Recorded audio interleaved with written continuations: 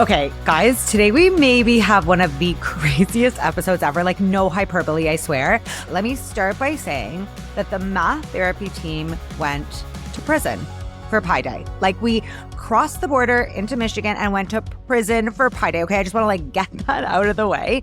But okay, let me back up.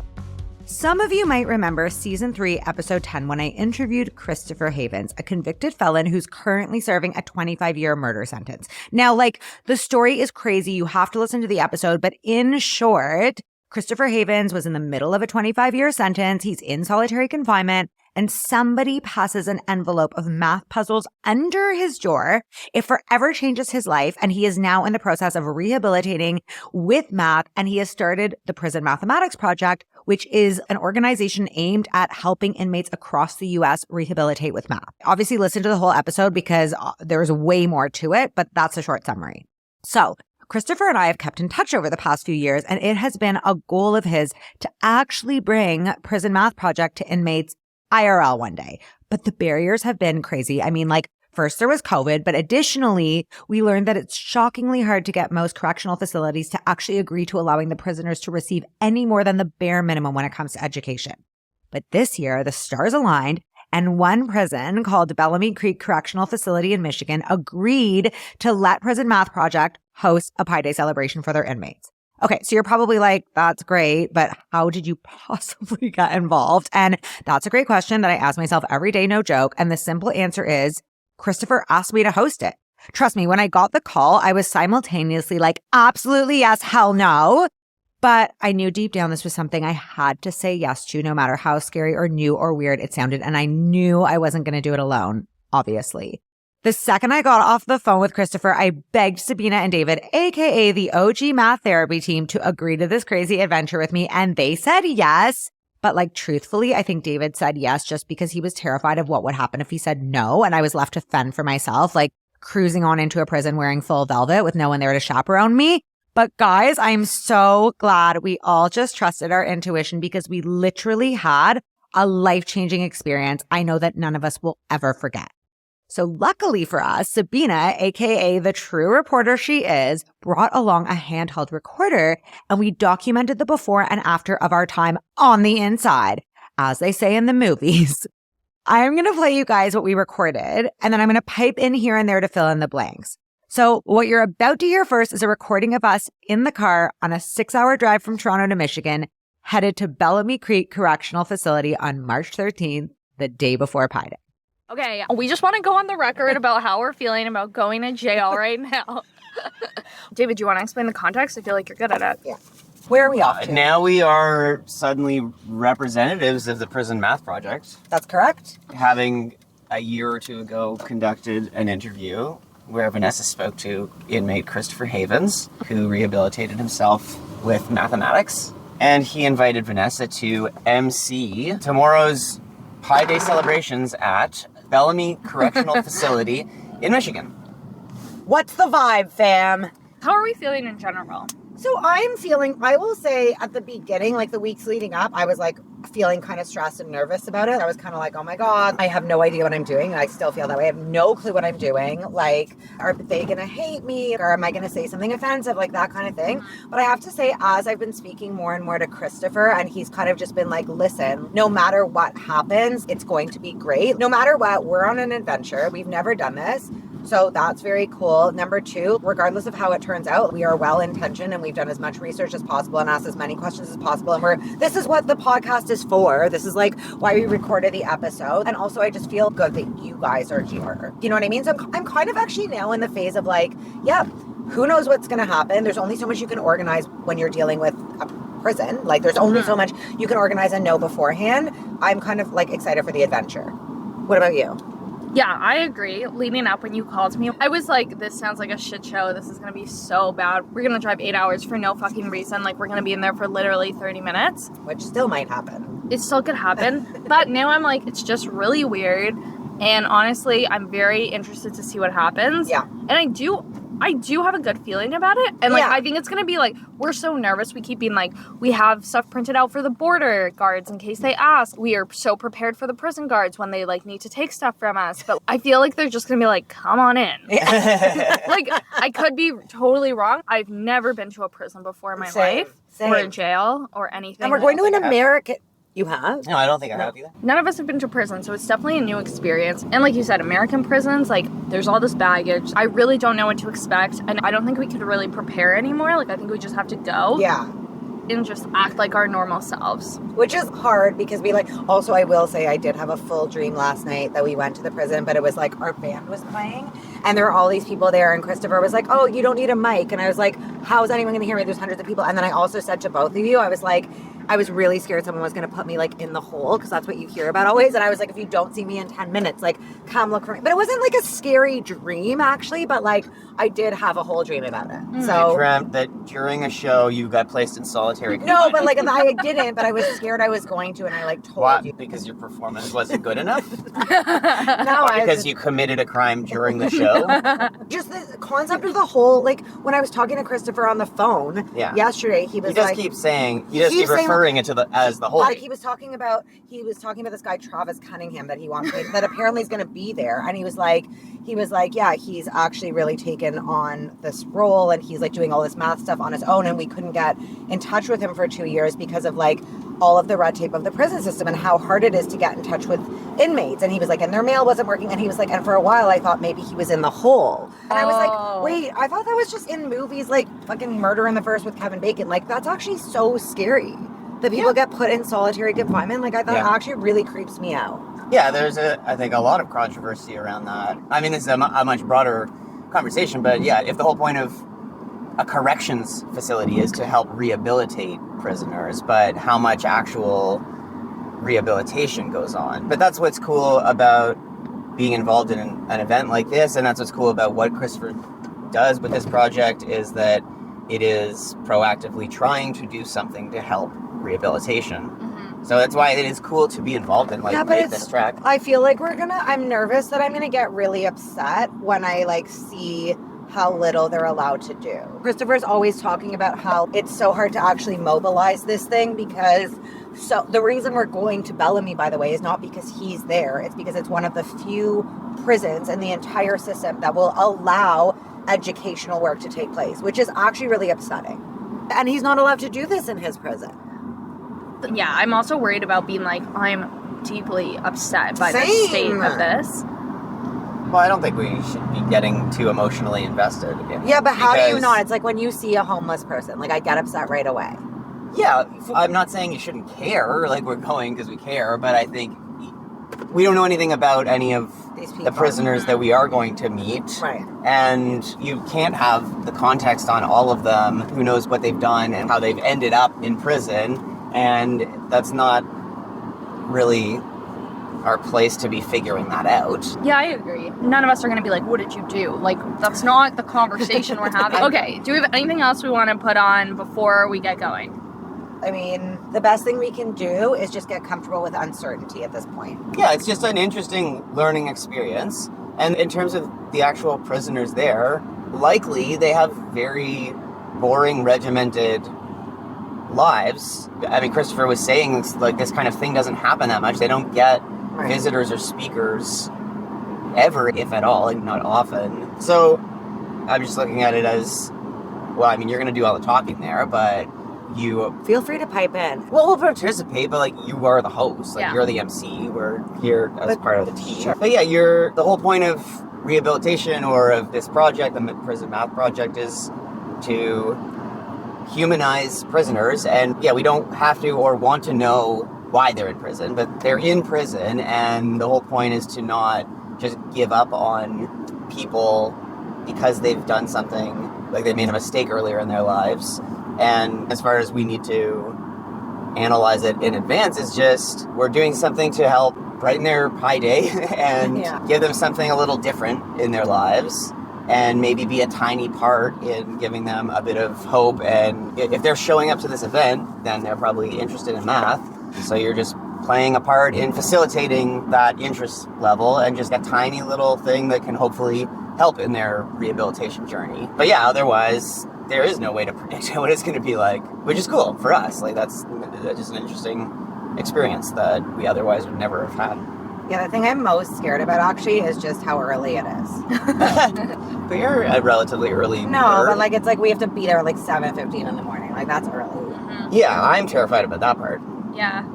But I feel like Several I'll be so tired that then I'll be too tired to be like stressed, I guess. Oh, so that's a good idea. That's a good point. Also, this event is 2.5 hours. It's so quick. Like I'm kind of nervous it's going to go by too fast. It's okay. We'll do some more debriefs. We'll do. But this is great. Okay, wow, it's so crazy to listen back to that now and to think of how young and innocent we were when we were walking through those prison doors. I mean, like I'm half joking, but I'm half serious. Before I tell you guys what actually happened, I need to clarify, by the way, that the border guard did not just let us cruise right into Michigan as Sabina suggested. First of all, I get so nervous every time I cross the border. Like, I don't know if it's just me, but you're just like, oh my God, they're not going to let me in, whatever. And especially on this occasion, because I was like, our story is insane. So we're about to go in and the guard's like, why are you going? And we're like, well, it's actually Pi Day tomorrow, like March 14th. And he's like, hey, whatever. And we're like, and we're going to teach math to inmates in a prison. And he goes, why? And we're like, because it's Pi Day and we're volunteering to teach math to the inmates. And he's like, well, why you? And I'm like, oh, like I'm a math teacher, this and that. And he's like, are you making money? And I'm like, oh no. And he's like, so then why? And we're all like, have you heard of volunteering? Anyways, he finally, like, I was like, dude, listen to how cool this is. And then I told him all about Christopher Havens and he like, I don't know, he like raised an eyebrow. He seemed kind of interested. And then he was like, okay, whatever, go in. Anyways, now that we've clarified that, here's what Pi Day in prison actually looked like. Okay, so I'm just going to explain to you guys what happened. So first of all, we get there March 13th. We get into Michigan and we need to be at the prison the next day at 7 a.m. Okay, basically the inmates only have 2.5 hours. The event starts at 8. It ends at 10:20 so they can be back in their cells for count at 10:30. So we get there on March 13th, like in the evening, and we're meeting this guy, Ben, who works at Prison Math Project. He flew in from Atlanta. He's like a 22-year-old math major. And he's the PMP representative. So he's coming with us. So his role is to do actual math with the inmates. My role is like to pep talk them and MC. We have a couple other speakers, which I'll tell you about. And then Ben's role is to do the math. So we meet Ben and we go out for dinner. And we're like, so Ben, what are you planning on talking to the inmates about? And he's like, have you guys heard of Hilbert's Hotel? And we're like, no, what is it? Guys, I'm actually going to post video of him trying to explain it to us on Instagram. Just go watch it. He starts explaining this concept of like infinity. And like I think the first thing starts with like, let's pretend you have a hotel with infinite rooms. Okay. You have infinite rooms and they're all full. Okay. All the rooms are full. There's infinite rooms and a guest shows up to the hotel. How can you make room for them? Very fascinating. But like we had no fucking clue what he was talking about. And he's like, this and that and the other thing. And like he has no paper and Sabina is losing her mind. She's just like, what are you talking about? Anyways, this will come in handy later. So just remember that we were all just like, what are you talking about? This is insane. Like good luck with the inmates tomorrow. Fine. We leave dinner. We're all excited for the next day. Me and David are like, we need to get more pies because we were bringing pies and coffee to the inmates. We go to a local grocery store and we're stocking up on like 20 pies. And the cashier is like, why is everyone buying pies today? And then I'm like, oh my God, wait, everyone's buying pies? And she's like, yeah, mostly teachers. So then we tell her it's Pi Day. We're so excited. I was just like, oh, I love that this whole town of like Ionia, Michigan is like getting into Pi Day. Fine, whatever. Get up the next morning. We go to Starbucks to get like all of these coffees. We have like 4 giant carafes of coffees and we're on our way. So we're driving and like, keep in mind, it's so early in the morning. It's kind of dark. And I want you guys to imagine this because I think I still have this image in my head of how alarming it was that like we're driving and it's like a small town and we're like, oh, I wonder where the prison is. And then all of a sudden, like imagine like Jurassic Park theme song music. And all of a sudden it's like kilometers of barbed wire, but like that razor wire, like just silver glaring razor wire and like the biggest, like hundreds of giant floodlights. And we were just like, we're here. And it's like sprawling. There's like all these buildings, but like it was just so alarming to see that silver razor wire, so much of it. And these giant, giant, giant floodlights. Okay, so we get there and like we get checked in. We meet Dave Dirks, who's our amazing facilitator there. We get checked by security. I'm sure you all want to know what that's like. And they did check under our tongues. So we had to like open our mouths, look under our tongues, and we had to take our socks off. Oh, and we weren't allowed to bring anything with us, like not even a pencil, not even a key. I was allowed to bring in my chapstick. Thank God. Okay, we go in and we walk into basically what looked like a high school auditorium, and there are the inmates. And like, they're seated at tables like in rows as though it's a classroom, and they're just sitting there silently.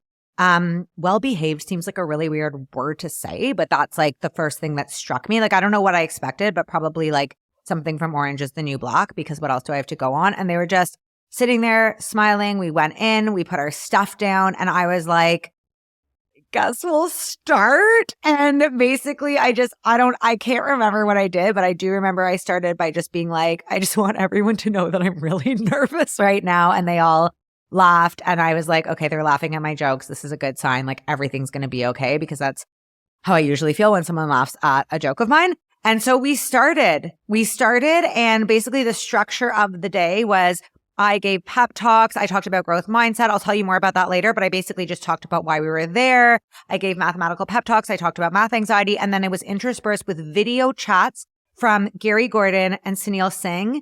And then Ben Jeffers, our pal, taught the math. So I'll talk about a bit more about the math he did, but he did like Hilbert's Hotel, the infinity thing. And then he did another math problem with him, and we actually did math. We ate pie, we drank coffee, and then it was done. And then after we were finished the event at 10:30 in the morning, we got a bit of a tour. We learned some stuff about Bellamy Correctional, and we left immediately, got in the car, hit the record button, because we wanted to capture exactly how we felt the second we left. Okay, we just came from the prison. Bellamy Correctional Facility. We're leaving the parking lot at the moment. I see a watchtower. I see barbed wire. Like, so much. Yeah, we're just coming out of the Pi Day. It's 11:21. Not only did we do our Pi Day, which we had to wrap up at exactly 10:20 because there was a count that the prisoners have to be in their cells for at 10:30, but we also got a tour of the facility. So we have a lot to debrief on. The three of us, the OG math therapy team.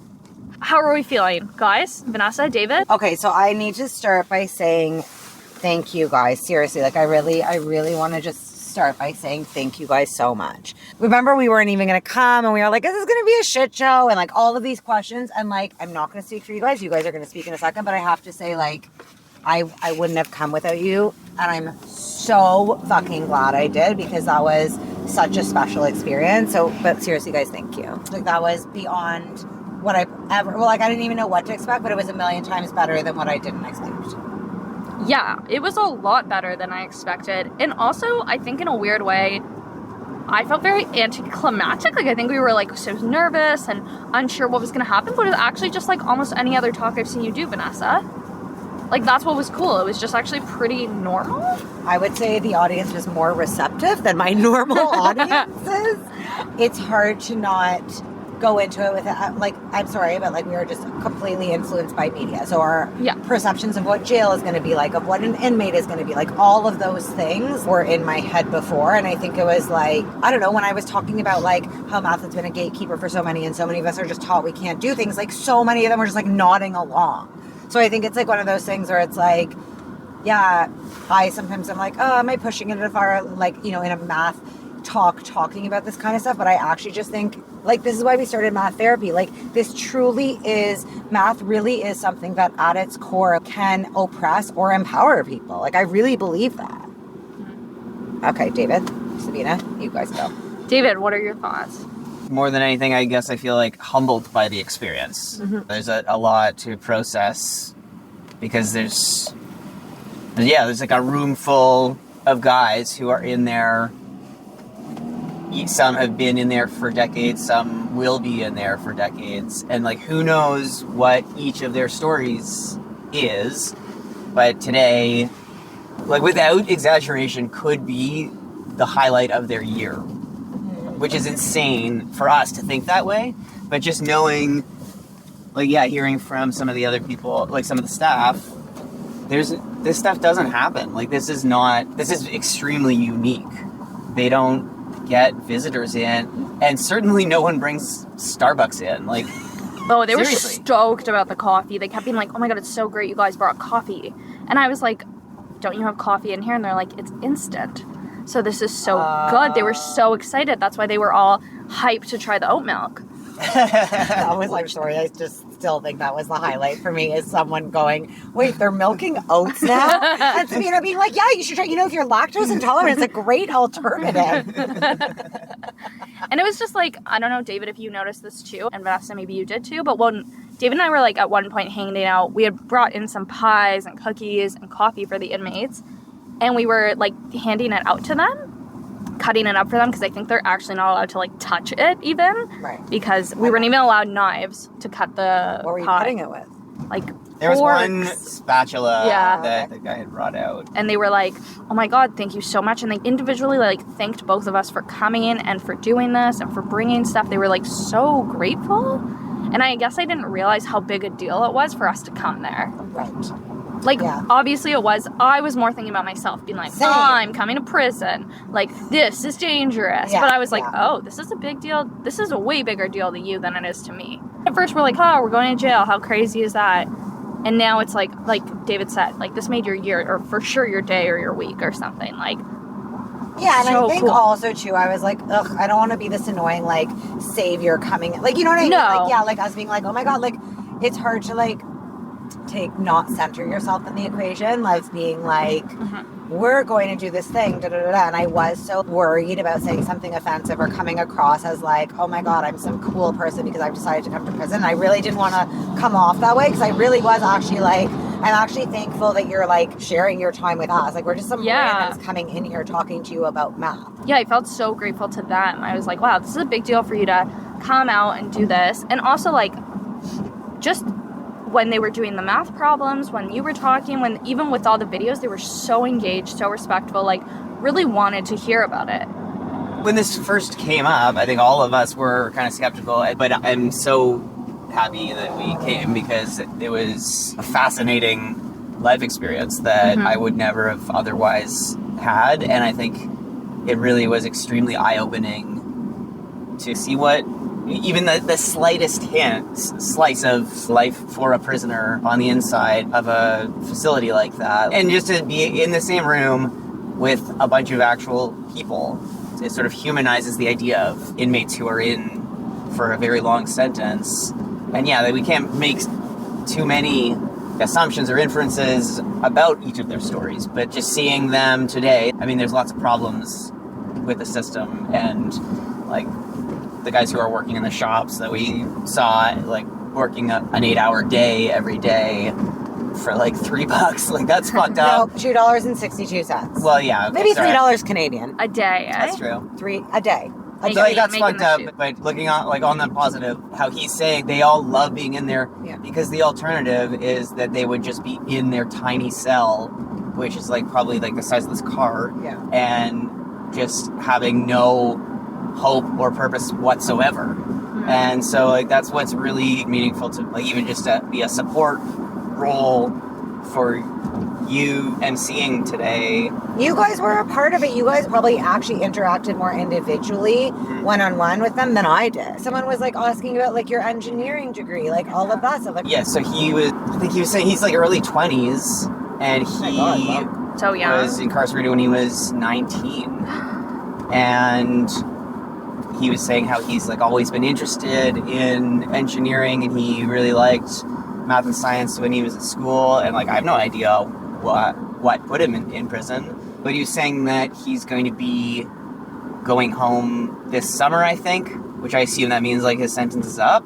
And so he was asking me if there's a barrier to pursuing a career in engineering, and like I have no idea, but it's crazy to think like this kid,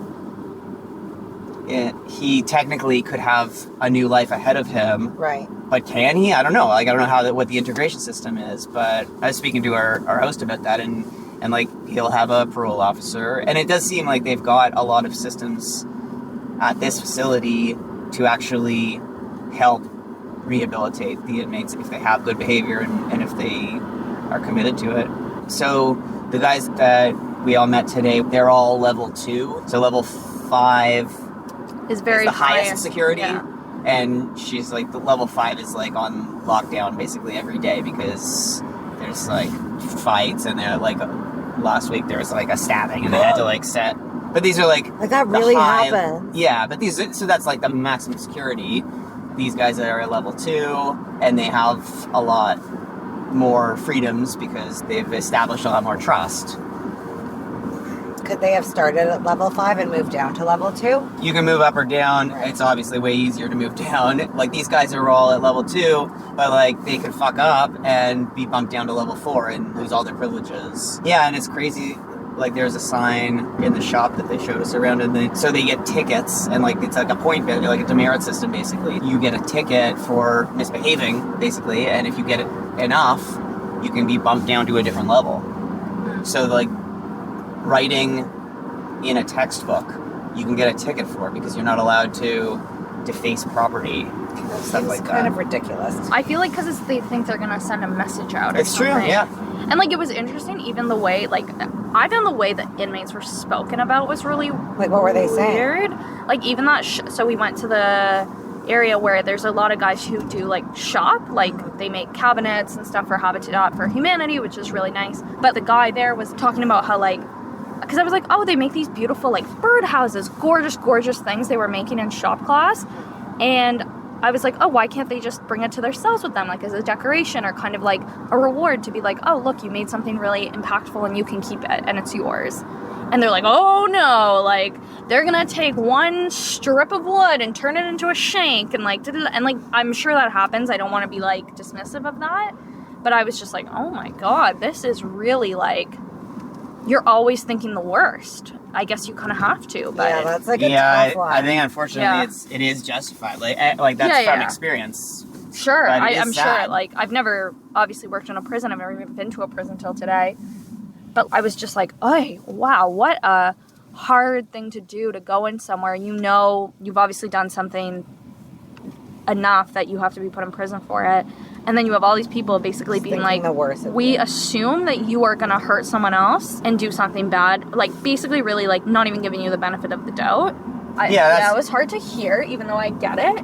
I was just like, oh, this is so it's dehumanizing, for sure.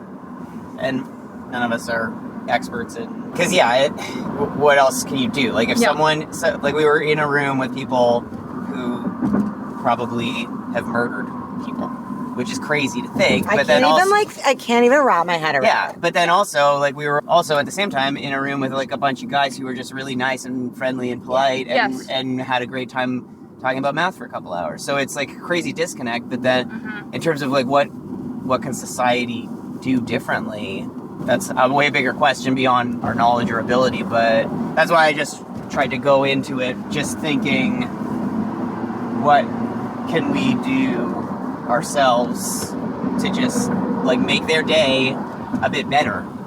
I think we very much did that in a lot of ways. We can't think too far ahead in terms of what is their whole life, right? But even just for one day, because they don't have a whole lot of dignity in there. So I think that something that feels good is that we treated them with a lot of dignity and respect, which I think probably meant a lot to them. I also makes me think of I don't know that John might met this. Of course, I have to bring him up, but he's talking about it in a different way. But he talks about how math is the great equalizer, and just the idea of mathematical thinking is the great equalizer. In that room, we're talking about math, and we're the conversations are oh wait, that's such a cool way of thinking about it, and how did you come to that solution? It's kind of everything else fades away, and you're we're all just talking about how to solve a problem together. Yeah, which is very. It is kind of the great equalizer because actually a lot of them knew more about math than I did. Yeah. Well, that's what was cool was Travis, who is kind of the main PMP guy at this prison. When he first got in, he was really unfocused. He was young too. He was 19. He was, angry, whatever. And math gave him such a sense of calm and purpose and order. And now he's this exemplary inmate. He's become basically a totally different person. It's oh, maybe this should be a rehabilitation program in more prisons, which is, I know what PMP is trying to do. But it's wow, I don't think people would necessarily put math and prison together. No, never. It would be the last thing. And people always would assume that we do that with math anyway. We'd be like, there's no way they can understand it. Like, they're incapable. Like, it's too advanced. Whereas, like, it's kind of the opposite. Like, I'm sorry, when the shop guy was telling us about why they can't let an inmate take a pen out, it's because they'll take the pen apart and turn the coil into something where you can boil water, and then they'll turn the other part into, like, a tattoo gun. They are some of the most creative thinkers. Yeah, and they're like so scientific. And even that guy who came up when Ben was doing his fucking crazy Infinity Hilbert's Hotel program, and this guy just comes up and did the answer. Like, had a way of thinking about it where I'm like, you got it. Like, this took not no training, obviously, but like, you're thinking deeply about something, like, you can get there, which is so cool. Yeah. And even Ben was saying, like, the problems he was giving them, he's like, yeah, what's good about these problems is you don't actually have to have technical training, right, but you can problem solve them, which I thought was really cool. And it was a cool mix between what Ben was doing and what your approach is, because he's presenting these, like, complex mathematical problems, and you are also balancing that, like, it's okay if you have no idea what he's saying, because even if you're trying to think about this ridiculous nonsense exploration of infinity, you're thinking about it, and that in itself is a good activity to just be like challenging yourself to think. And you can only imagine how absent that opportunity typically is for them to just be like thinking creatively about just an interesting problem for its own sake. And that was cool that you gave Travis an opportunity to stand up and speak about his story briefly, and then also field questions, because you can see some of these other guys who maybe would have been hesitant to participate or get up and speak or something. Like, he can be a role model for them and create a bit more connection and sense of community, and maybe for them to think about themselves differently. Like, you gave them a bunch of really great pep talks, as you typically do, because like, we've heard you give or I certainly, more than anyone, have heard you give like a lot of these speeches or pep talks many a time, but it was especially resonant and like pretty crazy for me to think about like what the implications of the lessons that you're sharing with these guys who they're the people that society forgets the most. When we were hanging out with them, I was like, I didn't really think of them as prisoners necessarily, like once we got to know them a bit. Me neither. I actually couldn't put the two together. What David is saying, it's like, yeah, that disconnect. I'm like, yeah, I know cerebrally that we were in a prison and you've committed a crime. Plus, exactly, like when you hear about this stuff, which is the only way we interact with it, if you hear about it on the news or something, it is completely dehumanized, or the person is painted in a very particular way that is so incongruous with what we just saw. So there is a lot going on there. And also, obviously now I'm like thinking about all these things I wished I said, so we just won't even get into that. Exactly, we'll go into my imposter syndrome. We won't do that. No, you were great. You were really good. Incredible. Everybody was amazing. super into it. And like all the staff were so excited, the inmates were so excited, like everybody was stoked. Everyone liked like the warden came to us to be like, this was great. This sounds like it went really well. Well, hopefully the word spreads. I hope this is one of those things where everyone's talking about it enough that like they're like, oh fuck, like it sounds like this was actually really good. Well, I'm sure those prisoners are gonna go tell their cellmate to be like, oh, I just did this cool thing. Yeah, everyone was appreciative, like the inmates, but then also the staff. Like, they were all really appreciative of us coming and doing this. Okay, should I stop recording? Okay, yeah. Okay, did that make any sense to you guys? I feel like we're like all shell-shocked and just feeling very like contemplative and existential about our first time in prison. But seriously, guys, it was such an incredible experience, and we've all been thinking about it every single day since March 14th. And I wanted to share some of the reflections and thoughts that I've been having as I process how grateful I am. I mean, we all are to have been given this opportunity. The first thing I want to talk about is when I got in there, so after I finished telling them I was nervous and stuff, I started by saying, who's here for the math and who's here for the free pie? And they honestly, like a few of them were there for the math, but a lot of them were just like, yeah, we're just here from the pie. Like we don't know anything about math. And then I asked who had math anxiety, and a bunch of them raised their hands. And I always think it's so cool. Like often I give talks to teachers and students, and I always think it's like very courageous to actually raise your hand and admit that, right? It can be something people feel very self-conscious about. And I feel like it really warmed up the room for everyone to sort of like keep in mind there were people in there that don't even have their high school diploma, right? And we know how pervasive math trauma is. And I'm sure convicted felons, like any other segment of the population, definitely have a high proportion of math trauma and math anxiety. So I thought that was really, really amazing that we could start off the day by saying, yeah, not all of us are here for the math. Not all of us are comfortable with math. And some of us have math anxiety. And that opened up the floor for me to talk about my experiences and to say, hey, that's normal. It's normal for you to have math anxiety in here and on the outside or whatever. Like this is a common thing. People have math anxiety and it has nothing to do with your capability to do math. And I think that was a very important message. I explained that I suffer from math anxiety in situations too. It doesn't mean I'm not good at math, and that shouldn't preclude us from trying. So then I actually talked about growth mindset, and I actually hadn't planned to. Like, I actually didn't plan anything I was going to say because I just that's who I am. But as I started talking about it, I was like, oh my God, we take it so for granted, especially in education. We assume everyone just knows what growth mindset is, right? Which I actually think is a problem because I think we use the term a lot and a lot of people say it, but they don't know exactly what it means. And these inmates definitely didn't know. Who would have told them about growth mindset? Many of them, right?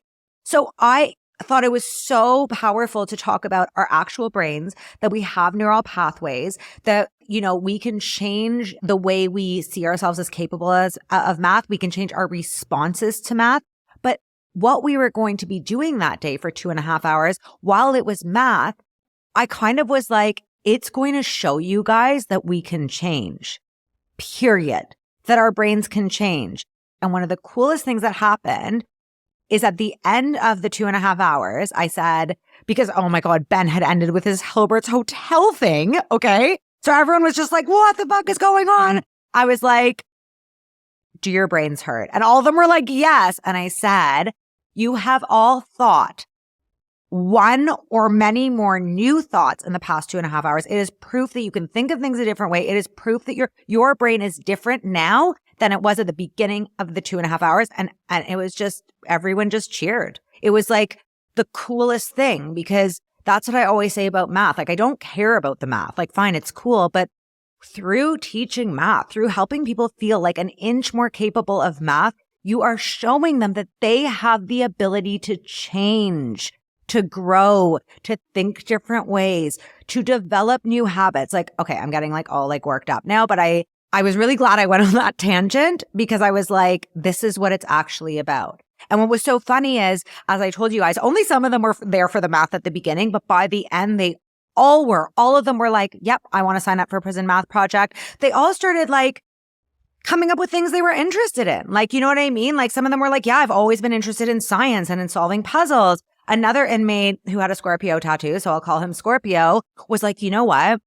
When I was in school, I could never really pay attention to stuff. And I always got in trouble for not showing my work. But I've always been so curious about how things work. And do you think I can get an engineering degree when I'm out of here? And he was actually one of the inmates that got up in front of the whole group and, was trying to solve a math problem. And he was like, hey guys, here's how I tried to solve this problem. I got stuck at this step. Can anyone help me out? And so I'll talk more about the math later, but I thought it was so cool that all of them were kind of like, wow, we have felt the tiniest inkling of growth. We have been challenged to think in a way that no one believed in us to think before, maybe. It was just a very, very cool thing. And it kind of made me wonder, what does this tell us about the way we teach math and about the relationship part of teaching math? What does it tell us that we walked into a room of inmates, most of whom do not think of themselves as mathematically capable, and by the end of 2 hours, all of them were interested in learning more? What does that tell us about the way, somebody, an instructor at the front of the room, or maybe not at the front of the room, makes it clear that they believe in their audience and in their students? So I was left thinking all of those things. Another thing I thought was really interesting is, so when Ben Ben asked this question, okay? You guys will probably like it. The first math problem we worked on, he said, so you guys have 6 different flavored pies, like apple, peach, blueberry, whatever. How many different orders can you eat them in? Now, some of you might know that the answer is 6 factorial, but Most of them did not know what a factorial was. Now, some of them did because actually one of the inmates there, Travis Cunningham, he's been a part of the prison math project for a bit of time, and he does 6 hours of math every day in his cell. And he was there saying, if you guys have questions about how I got involved or you need math help, come up to me. So he did know. A couple of them knew, but like most of them don't know what a factorial is. Again, they don't have high school diplomas, a lot of them. But what was so fascinating is, and you hear this a lot about sort of asking questions like this where there are many different entry points. This could be considered, I think, a low floor, high ceiling exercise. You could know what a factorial is. You could know the formula to solve it, but you also can work it out, right? You can logic it out. It might take a bit of time, but you can. And it was so funny when he asked that question, every single person went to work. Some people didn't know what to start. We encouraged people to get into groups and to talk. Some people were trying to figure things out. You know, Scorpio was like, oh, I knew the formula for this at one point. And I was like, forget the formula. Let's think about it. How would you figure it out? Some of them were making tree diagrams, charts, slots. Like there were so many cool ways of watching them all try to solve the problem. And that was what one of the coolest things was. Like it reminds me of Peter Liljedahl a bit, to be like, when you focus on the thinking, right? Like forget what the right answer is. When you just focus on thinking and collaborating and curiosity and wonder, they were all in flow. They were all doing it. And then when Ben was like, who wants to come up and show their work? Most of them did not have the quote unquote right answer, but they were all happy to come up and show what they had done and to see if anyone could help them build on that to get to the answer. There really didn't seem to be much ego or much like embarrassment of getting the wrong answer. It was the curiosity. It was the trying. It was the thinking. It was the collaborating that was kind of on display. And I thought that was really, really cool. Because again, like in school, things are so different. We're so focused on getting the right answer. We're so focused on marks. It was interesting to see when you take that away, what's left is true mathematics. Okay, so the other thing is when Ben brought up Hilbert's Hotel, okay, whereas me, Sabina, and David had been like, what the fuck, Ben? These inmates were all into it. Actually, one of them had an infinity tattoo, which I thought was so cool. Their minds were blown. Now, okay, look. If you ask a question like, a hotel has infinite rooms, they're all full, and a guest shows up, can we fit them in? Right? Like in a normal math classroom, people are going to be like, what's the answer? They were like, the questions they were asking were great. Some of them were like, what kind of hotel room is this? Like one of them was like, that's like maximum security prison. Anyways, whatever, prison jokes. But like people, they were really contemplating it. They were really trying to solve the problem and their minds were blown and they liked it. They loved how hard it was. They loved how challenging it was. Again, like it wasn't about getting the right answer. It was about being like, wow, I'm feeling my brain grow. Like I'm learning things at my table from other, my peers that like I've never thought of before. It was just very, very cool. Also, I have to tell you guys this part. So we mentioned in the recording that we went to like visit this like factory thing where they all work in. And the shop teacher showed us a pen. He like pulls out a pen and he's like, you could never leave this pen like lying around. And we're like, why? And he's like, because they would take it apart. They would turn the ink into a tattoo gun. They would take the coil out of the pen and they'd figure out a way to hook it up so it boiled water. And I'm sitting there thinking, holy shit, are these the engineers of our time? Right? Like, it's like the creativity, like it just blows my mind. Look, I know we're talking about inmates. I know we're talking about like something specific, but to me, it just shows that the most overlooked people in math are often the ones with the most creative ways of thinking, the most non-traditional creative ways of thinking. And aren't those the people we need in STEM fields? Like, aren't those the people we should be encouraging to think out of the box, to like, I don't know. It was just, I thought it was so cool, but I was also like, yep, this is why we are missing the mark when it comes to math. Oh, another thing I was thinking is, because we all left and we were like, they need math therapy. Like, see what happened in 2.5 hours. Like, everyone learned their brains could grow and there was such high morale. And I was like, why do we have art therapy, but not math therapy? It's because we don't think people are capable of mathematical thinking. And the opposite is true.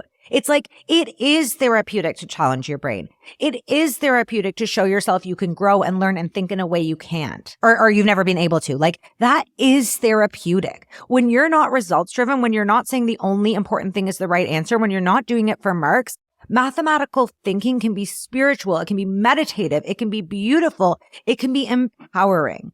And that reminds me of what we're really missing. Travis Cunningham, the inmate I told you about, he's in there for another, I think, 10, 12 years. He's the one who's been doing math every day for 6 hours. He kind of got up in front of everyone and he said, I know this might sound ridiculous, but once I started doing math, I really started seeing beauty in it. I really found it spiritual. I really found it to be a meditation. And Christopher Haven said the same thing. And I think math can be so oppressive, so traumatic, or it can be so healing and so empowering. I guess my final reflection is just, I'm not going to get into all of their backgrounds, and we certainly don't know all of their backgrounds and stories. But I remember Christopher Havens had said this to me on our episode of the podcast that certainly it's not because he had a bad relationship with math or was excluded from the math classroom or anything like that he committed a crime. But it is a common thread. And I heard this from a lot of these inmates that they had sort of been overlooked. They were directionless. No one really believed in them. And, Christopher said this, that he ended up getting involved with a bad crowd and doing drugs and doing his thing because he just wanted to be cool. He had no confidence. And I really wonder, again, I always think of math as so much more than math. It is a divider between those who can and those who can't. It is the arbiter of who's intelligent. It's a symbol of who belongs and who's deserving. And what if we took that a little more seriously? I think that's why it was so amazing. We were only there for 2.5 hours. I don't want to be oh my God, we're these crazy saviors and we changed their lives. No, but I hope that 2.5 hours of knowing someone believes in you and knowing you're capable in something you might have been written off from made a difference. I mean, I have new thoughts every day, but I guess what I'm really left reflecting upon is how are we getting it so wrong? Just watching 25 inmates, some of whom don't even have a high school diploma, work together to eagerly and curiously solve a university level math problem just did it for me. When grades aren't involved, when relationships are built, when collaboration is encouraged, when everyone is invited to the table, that's when the most meaningful math happens and when the most math learners are able to blossom. Yet that is the complete opposite of what happens and what has been historically happening in most math classrooms. Anyways, that's a rant for another episode. But for now, guys, I have to say thank you for listening and thank you for letting me outer process straight to your ears. I needed it. As I mentioned earlier in the episode, every single one of the 25 inmates we spoke to filled out a prison math project form to be matched with a math mentor, which is amazing, but daunting for an organization that currently runs on volunteers and incarcerated members.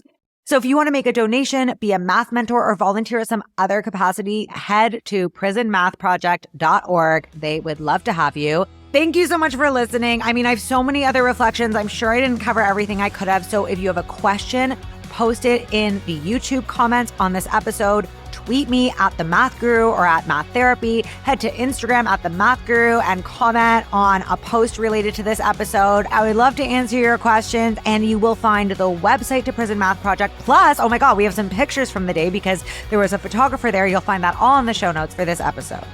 Thank you for listening. Stay tuned and happy belated Pi Day.